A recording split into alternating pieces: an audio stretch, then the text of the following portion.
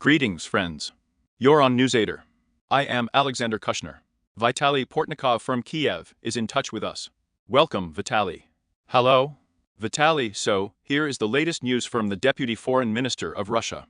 Sergei Ryabkov said that it is impossible to talk about a peace plan if the root causes of the conflict are not solved.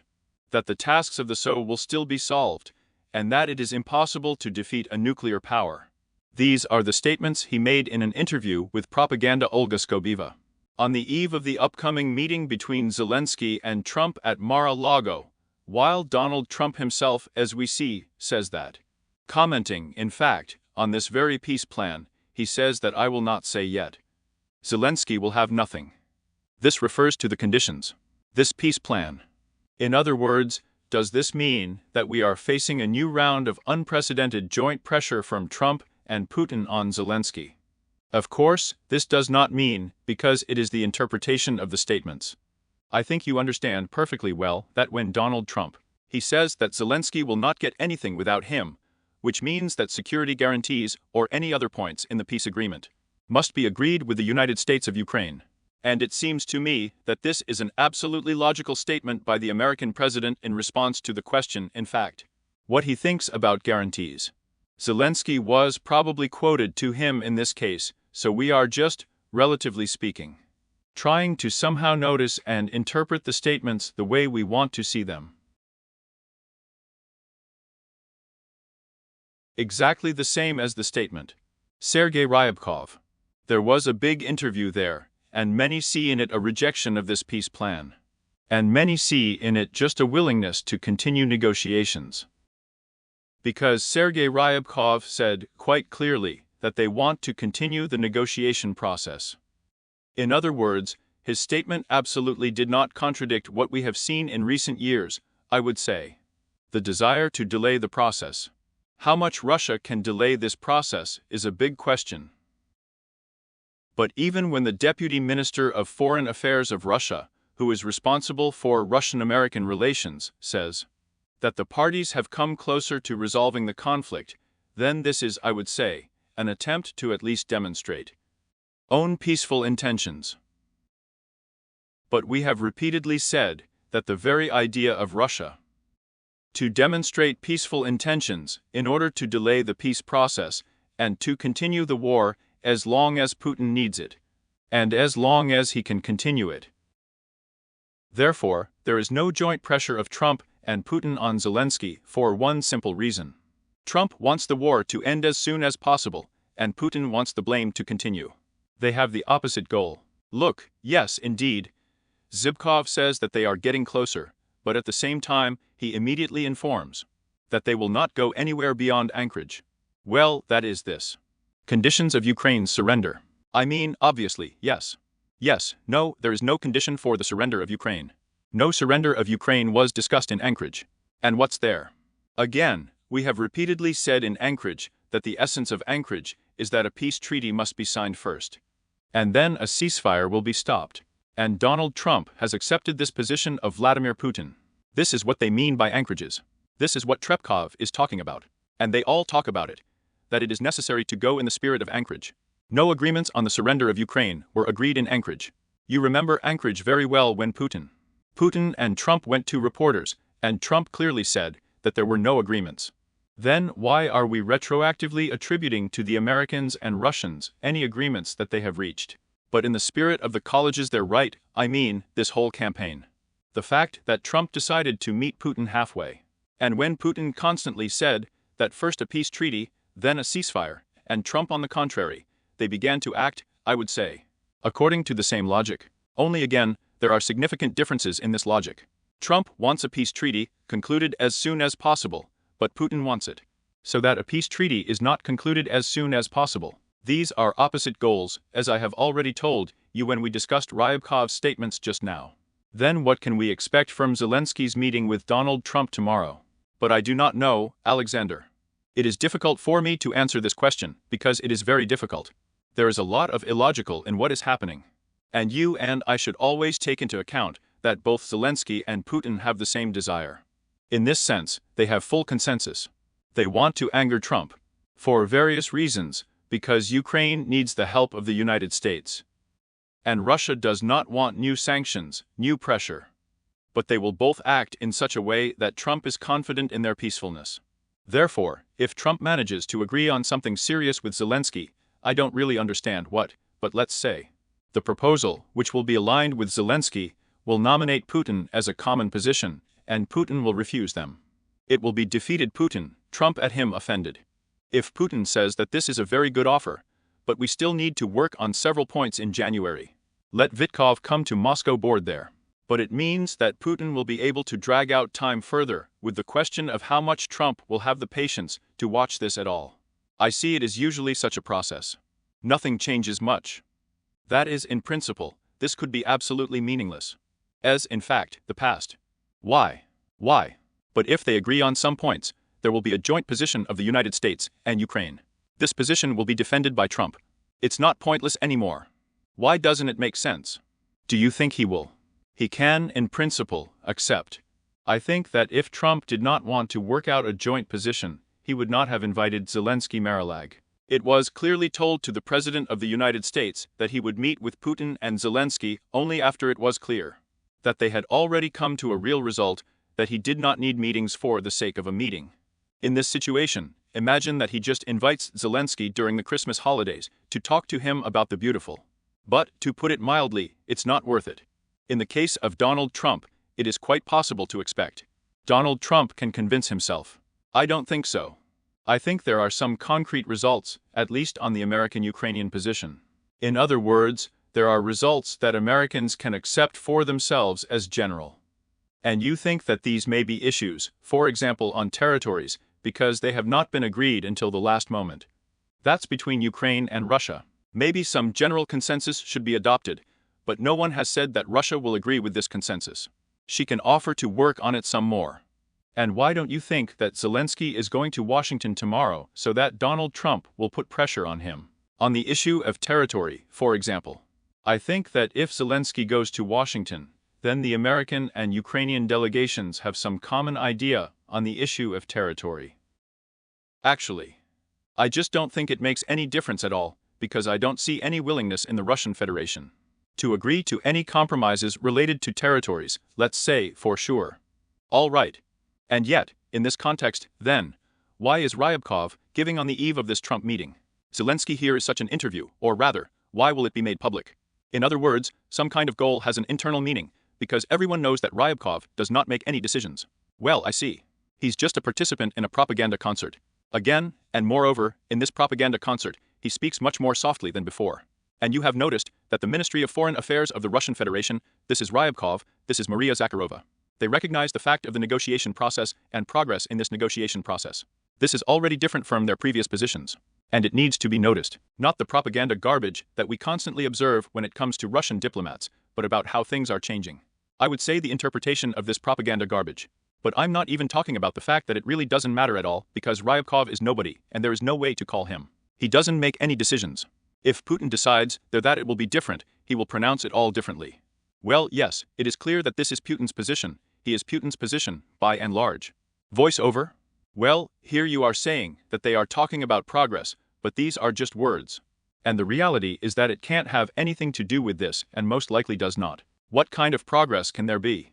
They needed to stall for time, they will pull. As much as their economic situation will allow them. But you can see that they are really interested in the negotiation process. We both know that this is much more important than Levkov's interview, which most of the time is at a meeting with the Bureau of the Russian Union of Industrial Entrepreneurs. Putin devoted the discussion not to the war, even with Ukraine, but to negotiations with the Americans. That is, it is important to them. If it wasn't important, it wouldn't be the main topic. Putin would not talk to Shokin's wards about the Zaporozhye and how they talk about it with the Americans. This is quite possible. It means that in fact, they understand the complexity of their economic situation at the moment. In other words, you mean that they are talking about progress in the negotiations, well, not because there is even this progress, but because they want to keep Donald Trump in this negotiation process, especially now. That is, they don't want to anger him particularly seriously. Of course, because they have already received sanctions against Rosneft and Lukoil. They have already received oil for $36 per barrel as a result. This, in my opinion, is the price of Urals. Yes, in my opinion, $36 or $34 per barrel. This is very serious, considering that the Russian budget is calculated at the rate of $65. It is clear that they can sell gold and foreign exchange resources. They do it, they sell their reserves, they sell gold. But this is also, of course, you understand. If you understand that you have such a price for oil, plus sanctions, plus increased sanctions, and you have some gold and foreign exchange reserves there, well, let's say you spend most of it there for 2026 to 2027. Well, let's say you grab some more piece of Ukraine, and then what to do? Climb into the coffin? Good question. They can ask this question to themselves. Look, that is, we can talk in principle about. In Putin's real fear because of the economic situation, and, consequently, because of Trump in connection with possible new states. I don't think it can be said as fear. This can be characterized as thinking about whether to suspend the conflict in order to raise more money and more forces. Because the draft peace treaty that we see, it somehow looks very strange from the point of view of security guarantees. After all, again, this is another moment that Putin is closely monitoring, and the moment that Zelensky will discuss with Trump. And the moment about which Trump says that Zelensky will do nothing without me. He won't get it.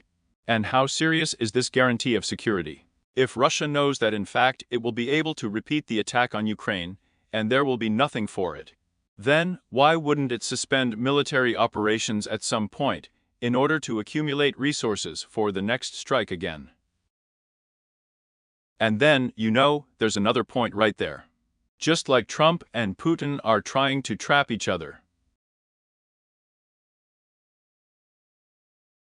In the same way, Ukraine is trying to trap Putin and Trump. For example, this election story, yes. Trump says we need to hold elections. Putin says that the Ukrainian government is illegitimate. Ukrainians say that it is good, we will hold elections. We can even hold a referendum, it's unclear what, to be honest. But it doesn't matter. But we need a truce for 90 days. And the Americans are putting pressure on the Russians. They say, you see, they need a referendum, they need elections. Let's call a truce. You understand that to enter the war after a 60-day or 90-day truce because of some worthless referendum. He's really worthless, he doesn't owe anyone anything anymore. This will be a problem for Putin. But he can also think, and how can I avoid this termination? Fire and continue to talk about the illegitimacy of the Ukrainian government and the need for a constitutional referendum of some kind. In other words, you mean that the parties are trying to lure each other into some kind of political traps. Trump says elections are needed. Zelensky says, great, I'm ready for the elections, I need security guarantees. Tell Putin to stop the war. There you go. And now, as it is called, in the interpretation of the Americans, the ball is on Putin's side. And he must now think about how to deal with this argument. Well, yes, Putin says I can stop for one day, maybe for one day. There will be a vote sometime. In other words, for you, this question about the referendum, it's just nothing more than a trick. In other words, you don't take it seriously. I don't know, maybe, the Ukrainian government, maybe Zelensky wants to translate. To put the responsibility for some decisions on Ukrainians, but I don't understand the meaning of this. We have a referendum held exclusively there on specific issues that are in the law on the referendum. Questions of territorial value for a referendum. The same law prohibits taking out. In addition, we are not a country of direct democracy, unlike the Swiss Confederation. Well, in other words, a referendum is being held in Switzerland, and its results are automatically implemented by the parliament. Or the parliament can't pass any laws there until people vote on some specific issues, which is related to direct democracy, but Ukraine is not. The referendum is advisory value. You can vote in a referendum and get a majority. Then, the Verkhovna Rada will meet. If it does not vote, according to your people's will, then nothing in the constitution will appear. If Parliament will vote, and the Constitutional Court deems that the vote and the proposal to amend the Constitution is contrary to the Constitution, there is nothing in the Constitution will not appear. The Verkhovna Rada and the Constitutional Court are not obliged, you understand, are not obliged to make decisions in accordance with the results of a nationwide referendum. Therefore, this referendum will in any case have a purely advisory value. That is, relatively speaking, Ukrainians can reject this peace treaty, and the Verkhovna Rada will accept it, and vice versa. Therefore, when Zelensky talks about the referendum, he means, among other things, this trick. That is, it is an effect that leads to nothing. I do not know what Zelensky means, because I do not know the level of Zelensky's legal competence and the people who advise him. I just don't know. Maybe yes, maybe no. I don't presume to say that. That is, since we are dealing with a non-political elite in Ukraine, we never know. It's like a lottery, you know. I could have said yes, of course, but I could have said no, Zelensky doesn't understand anything. But I just don't know that. No one in this world knows what Vladimir Zelensky understands and what he does not understand. And what is the quality of the people who give him advice. This is a mystery shrouded in the darkness of the 2019 vote. Therefore, I do not undertake to assert that Zelensky does not understand something, nor to assert that he understands something. This category is accessible to me only when I'm talking about people engaged in professional political activity or professional apparatus. Now there are few places where you can say this. In Ukraine, this is a lottery issue. In the United States, as you know, too. That's what Wichow understands and what he says to Trump there. And what does Trump even understand? Nifiga is not clear. In Russia now, too. It seems that there is this professional apparatus, well, as if it should serve Putin. But you see, they just lied to Putin's face. Gerasimov tells him about the capture of Kupiansk, when Kupiansk is not captured. Some figures are brought to him, he does not really understand whether the figure corresponds to reality at all or not. In other words, we may think that Putin is hiding something from us, is aware of something, is lying. But the apparatus has already been deprofessionalized. And I have to tell you that it happened a long time ago, about 15 years ago, this process of Rosie began. I had a good friend. One of the former ministers of the Russian government back in the 90s. And once in the 90s, when we discussed the political situation in Russia, he told me that I should understand that decent people can hardly be present in the vertical that was formed. This is in the 90s. Well, and that was one of the last conversations we had. And then we met already in the Putin era, which I would say is quite developing, by chance at the airport. And he asked me. He occupied a very high position in power. Do I remember this conversation? I said, yes, of course I remember. It's hard to forget such a conversation. And he told me, in addition to what I told you, that decent people are not needed in power. I need to add 2 more words. What 2 words did I ask? And professionally said, I used to trust people with whom I worked, so to speak, at the beginning of the era of the collapse of the Soviet Union. And imagine the level of professional competence. And this person, if I told you his name, would not cause you any doubts about professional competence. So I think that's exactly the way it is. In other words, we are, in fact, dealing with an anecdote. We met once a Russian, a Ukrainian and an American. Well, because nowhere, not in one. Well, these are different jokes, because Trump and Zelensky are electorally dependent. And Putin is independent of nothing but his own whim. But also unprofessional. This is what unites them. Yes, I have always said that Putin is not a professional. Putin is a good tactician, like a security officer. Putin can organize a diversion, you know. Provocation. But here you are electing a provocateur as the head of state, right? An experienced provocateur and saboteur. But why do you think it will be a professional political affair? He can professionally organize sabotage and provocations. Putin, by the way, is very professional in this sense. You won't deny it, will you? Well, Novichok poisoning is, yes, they can. Yes, they can do this, they can only do this, they can create some kind of situation with a compromise. Both for the Russian opposition and in the West. That's their element, you know. And when you need to think in some global categories, strategy, remember how Vladimir Zelensky himself once said, I don't have time to think about strategic issues, actually, then Putin. He turns out to be completely helpless, and he begins to behave like some student. A third-year student of a bad provincial institute, quoting some old mossy texts, telling you some nonsense with the conviction of a provincial high school student. The beginning of the 20th century. Well, of course, when you turn your eyes at the same time, and you have the first nuclear potential in the world, it makes an impression. But after all, if we listen carefully to what he says, we will not see any degree of professionalism in this. Another thing is that post-Soviet society has completely deprofessionalized. People just don't notice it. You understand that the effect of the 90s, that in Russia, that in Ukraine, that a huge number of people are not doing their own thing. This is such a transitional period. Yes, and we saw it from the inside.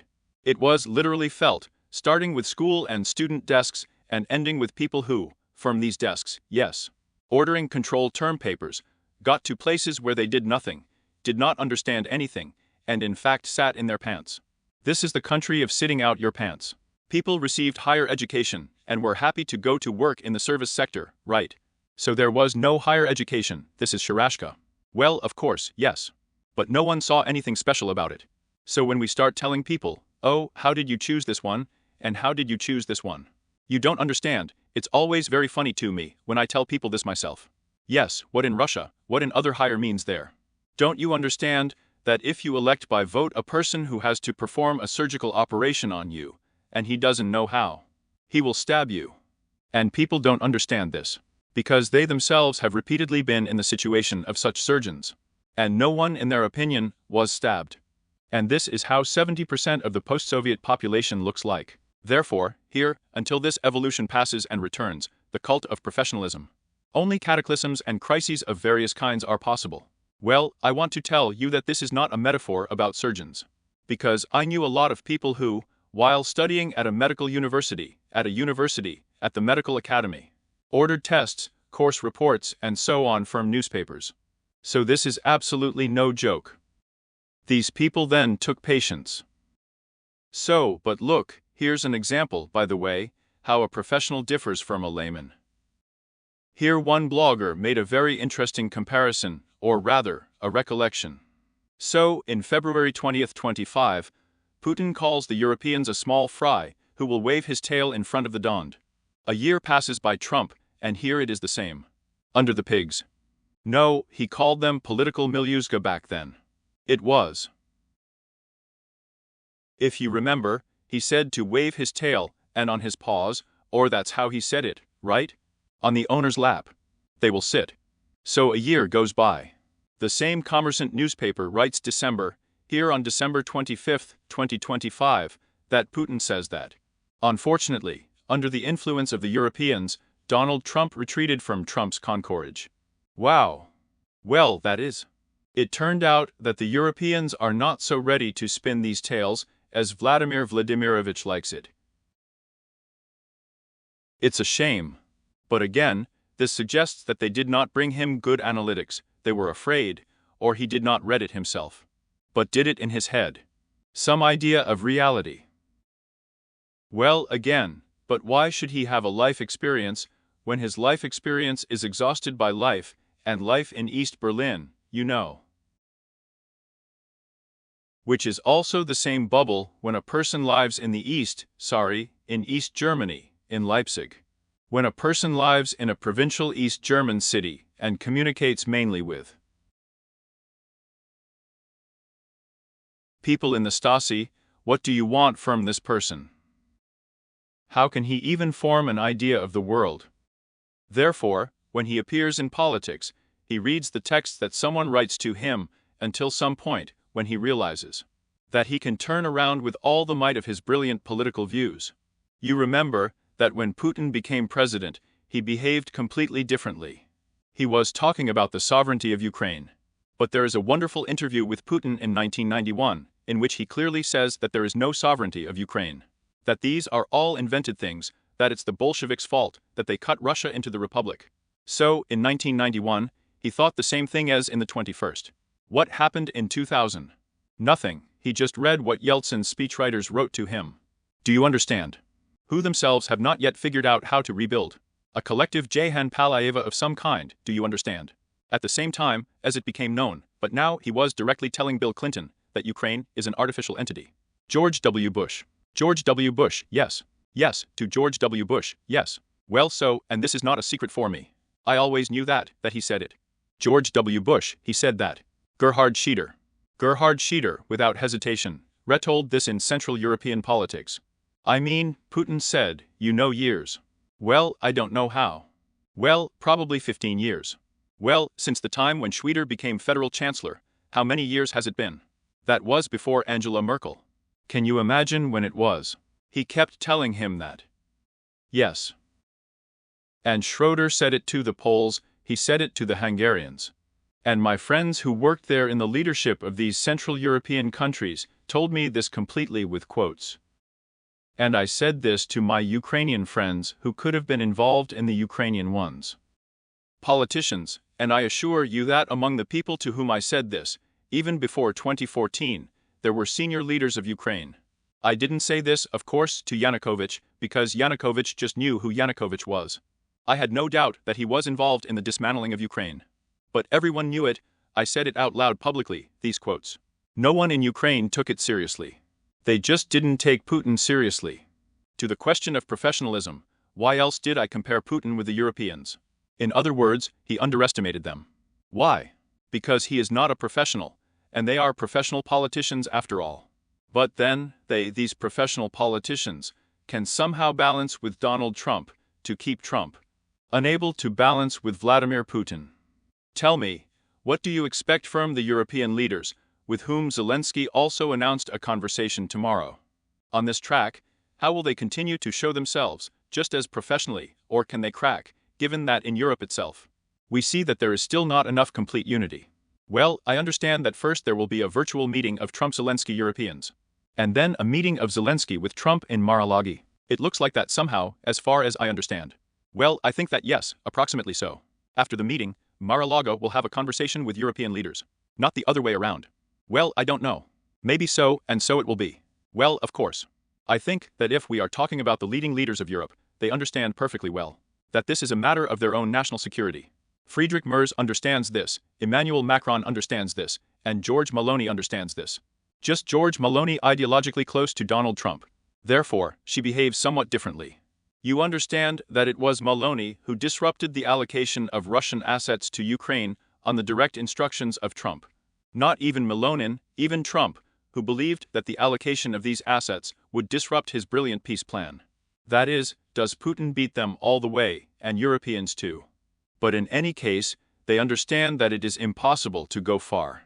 By the way, this is a consensus. When Viktor Orban says that in the event of the fall of Ukraine, Hungary expects hard times, he, in principle, thinks the same as Macron. He understands. Of course, he just wants Ukraine to be loyal to Russia, you know. He does not understand that it is impossible, that Putin needs to be destroyed in Ukraine. Well, he may understand this, but he may think that it is possible to achieve this, so to speak, to come together in the middle. In Zelensky's words, he can still live in this illusion. But he understands perfectly well the consequences if the Russians come to Urgar for Hungary. This is a historical catastrophe of the Hungarian people. I don't think there's any need to explain it. Therefore, there is a consensus there. Another thing is that there is also a fear of Trump, which always outweighs. Please answer my question. And here is Macron, who talks about, in principle, readiness. Talk to Putin. This is just how he wants to seize the palm from Donald Trump. I'd rather imitate negotiations than Donald Trump, not a professional. Well, I don't think this is an attempt to seize the palm. This is an attempt to declare that Europe can have its own voice.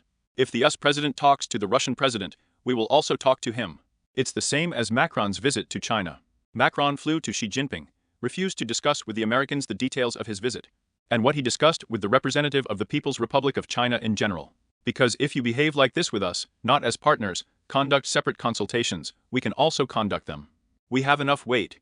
To talk to the Jinpings, to talk to Putin, they need us too. Therefore, do not think that you will be able to mediate between us and them. No, we will have our own position, we will bring it to them. And it may be different from yours. They will have to reckon with this position. In other words, in principle, this is a conversation with the position, by and large, of a diplomatic force. This is a conversation, at least from a position of diplomatic engagement. Because, of course, we can say, let's ignore Putin. I have always been, as you know, for isolating Putin. But it wasn't Macron who interrupted Putin's isolation. And then it turns out that Trump is talking to Putin about Europe behind Europe's back, right? And Europe is deprived of the possibility of dialogue because in fact it should always turn only to Trump and not to Putin. See, that Putin wants to speak with Macron. They immediately said, yes, we are ready. And what does that mean? The fact that they understand that nothing will be solved without the Europeans anyway.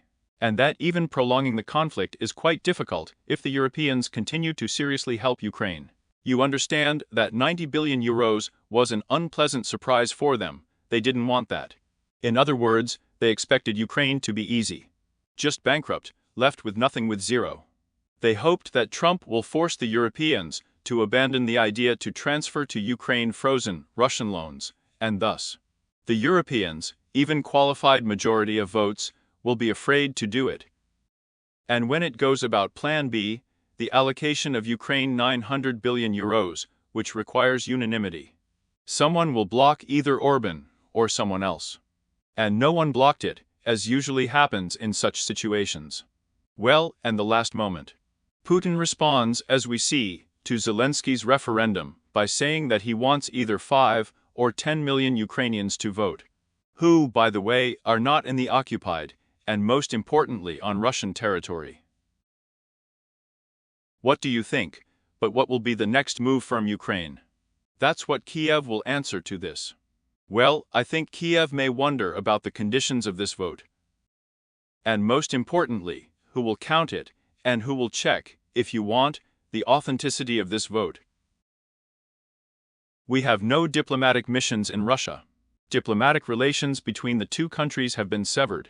But I think that whatever Kiev has proposed, in any case, for Putin, it is only a step to recognize any Ukrainian elections and any vote as illegitimate. Well, after all, it is necessary to convince Donald Trump that it is impossible. Conduct elections on the territory of Russia. Well, I think this is not a conversation with Trump. It's difficult for Trump. This is a conversation with Witoff Kushner. I think it is quite possible to kill that it is impossible to hold elections. And the most important thing is that even if these elections are held, I remind you again that they will be considered in Kiev and not in Moscow, the results. It's not like the Central Election Commission of Russia will count the votes. And even if these elections are held, these ballots will be sent to Ukraine and they will be counted. Russia will say that these elections are rigged. You don't have any doubts, do you? Of course. It's all easy to explain, even the turns. Vitaly, thank you very much for this conversation. We will count on the fact that your optimism, albeit cautious, about tomorrow's meeting, is not unfounded. Look, I don't have any optimism, Alexander. Also, I would not like you to attribute to me what I do not have. I just have an understanding that we are in a certain process that is still close to completion. And I have a clear understanding that even if the United States and Ukraine come to some common denominator, it is absolutely not necessary that this denominator will be important to Russia. That's all I think about it. Yes, I understand you. Russia is stalling for time, and what they are talking about and will agree on, perhaps Trump-Zelensky, will not matter at all. Because for tango, two Trump likes to say are needed. Here we are talking to you. Yes, just before Zelensky's departure, there was another massive attack on Kiev. Right now in Kiev, people do not have light, heating, and water. This is about the question of world peace. In the same world all over the world, the carrier of which crazy Tina Kandelaki recognized Vladimir Putin. Well, let's hope that reason will prevail after all, and that Ukraine will simply focus on cutting out the Russian tanker fleet, in order to undermine the Russian economy, and therefore the military machine. Of course, the less money Russia has and the opportunity to feed its own population, the sooner this war will end. The only tool for ending the war is not the burning of aviation fuel, which, unfortunately, Vladimir Zelensky will have to do tomorrow. I can talk to Alexander, yes, it's nice. Of course, in addition to the fact that, of course, the air will be polluted.